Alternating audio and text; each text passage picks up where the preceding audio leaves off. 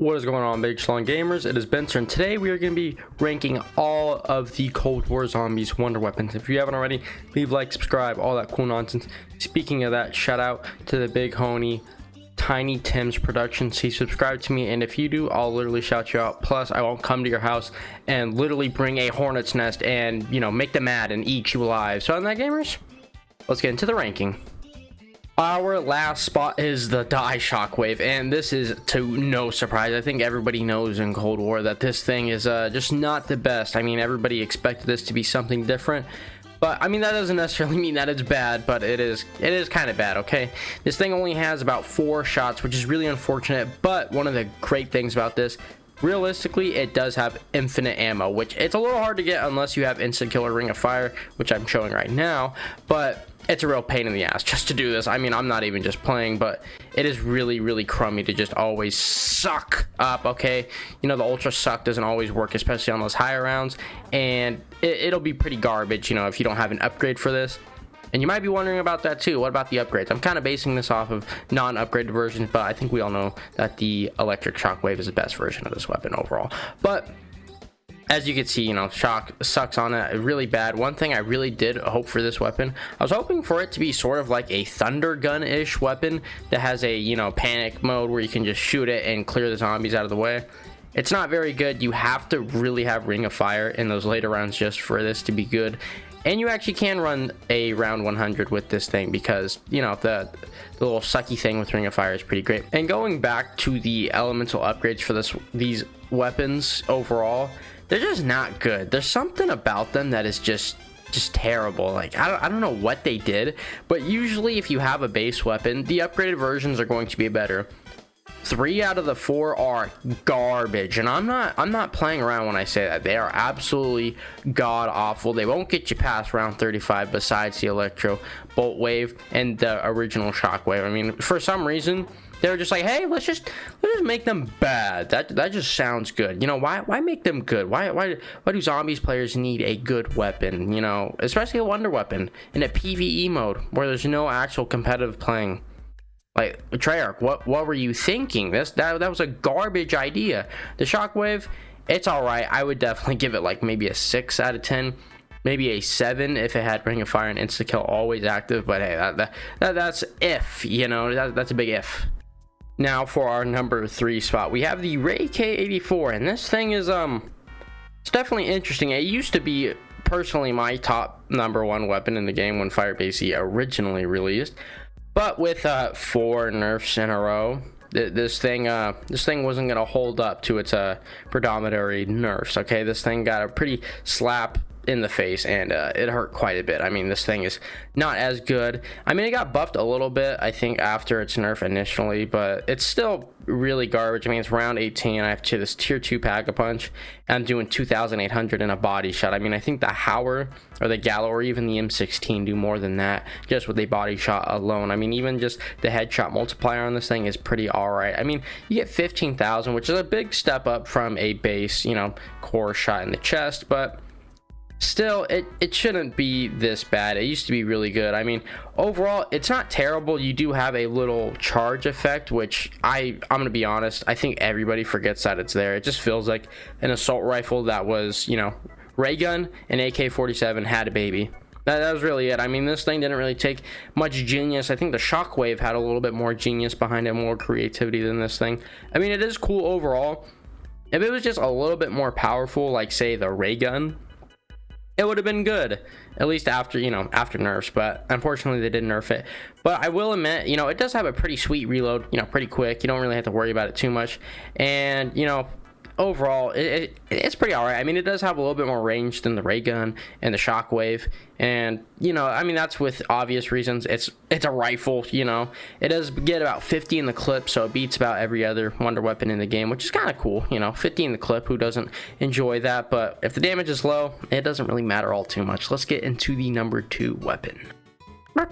We have the Porter's X2 ray gun. Now this thing is it's pretty all right. You know, it's definitely not as good as it used to be, but it sure beats the hell out of the die shockwave and the Ray K84. I mean, I think everybody can agree with that one. I mean, overall, the ray gun, it used to be a little bit better. I mean, you used to have like 200 or 200 40 in the clip, but then it got nerfed about to 160 in the mag, which doesn't seem like a lot, but hey, I mean, it kind of is at the end of the day, especially when you get tier 3 pack-a-punch on this thing. You know, you're gonna be paying up to 10-15 grand on just some ammo, which is a little upsetting, but hey, I mean, overall the damage is pretty all right. You know, 2,000 damage with a base core, you know, standard tier 1 pack-a-punch. It's pretty all right. You know, the range on it is pretty good. I wouldn't say it's as good as the Ray K84, and the fire rate is a little bit more slower than the Ray K84, but it does produce a little bit more damage in terms of actual, you know, when you upgrade it, this thing becomes a bit more stronger. I mean, you do about 4,000 damage with the core shot with tier 2, and then the Ray K you get about, what, 2,800? Not very good. I mean, 1,200 difference, and you have 40 in this, and you have 50 in the Ray Ks. You know, it's not really a big difference, but the Ray K, it's not as good as the ray gun, and for obvious reasons. This thing is pretty good. I mean, I wish the reload was a little bit faster. It's kind of slow, but it is still pretty good. The one thing that I really do enjoy about this weapon too, you can get this in D-Machine, Outbreak, and also Marauder Totem. This is the most versatile, you know, it's in the most universal, I should say, most universal wonder weapon in Cold War Zombies. For some reason, they're just like, nah, we don't need this on Firebase C, because I mean, it'd kind of be weird to see 2 ray guns in the same map. I mean, they've done them before, but overall, you know, the weapon is pretty good. I really wish they made it to where it wasn't like extremely overpowered as it used to be, but it was still like super strong. Like if you carry this thing into the high rounds, it's not going to do you any good. You might as well just use a true wonder weapon like a Howler or a Gallo or a Street Sweeper, M16. You know, and the list goes on, but I think we could all say the ray gun got a fat slap in the face, and unfortunately, that mark's here to stay. It's not going to get any better, and yeah, that's just it for the ray gun. You know, pretty all right. Let's get into the number 1 spot. Now we have easily one of the most unique weapons in Cold War Zombies, and also zombies in general. We have the Cerberus, and this thing is so cool. I know I'm not basing these straight up off the variants that they have, but oh my god, whoever thought of just adding upgrades, but it's super easy, just literally killing zombies, they need their ding dong suck. I'm not even playing about that one. Treyarch, reward that man, okay? He needs some sloppy toppy, okay? The thing about this weapon, you can basically never run out of ammo. If you're pairing this with Meal Kick, you'll never run out of ammo, and that's just straight up honesty. I mean, the ammo drops, you can get full clips with this thing if you're running the shotgun version, the beam version, the missile version, or the straight up duality version, which is the best one in my opinion. This thing is absolutely amazing. It will carry you into the higher rounds. It will drop off around round 65, round 55. Unfortunately, that's how it is, but this is the one weapon in the game that actually didn't get nerfed to smithereens. I mean, this thing is actually still pretty decent. And around 14 with tier 1 pack-a-punch, it's still doing its job, unlike, you know, the Ray K and the ray gun, which is a little bit unfortunate. You know, you can kill enemies just with one tap on this weapon, you know, most of the time, unless you don't get a good shot. But it is a unique weapon nonetheless. I mean, being able to pick up weapons, just going back to that, absolutely a great idea. The cool thing about this weapon too is also it does actually have a lot of versatility to it. I mean, you can use this for any sort of, you know, playing style that you like. I mean, if you like shotguns, bam. If you like assault rifles, bam. If you like, you know, beam rifles, sniper rifles, bam, you have it. Missile launcher, bam, you have it. You have everything with this weapon. The only thing you don't have is necessarily a melee, which, you know, isn't that, you know, good just hitting them with the stock. But the weapon overall is one of the coolest in the game. I mean, this thing literally talks to you. What other wonder weapon talks to you in zombies? Not even just Cold War in general. Just this weapon is super cool. And I mean, it is pretty sad to say nobody will be able to top this weapon. Here on forward, this weapon will always be the coolest, the best.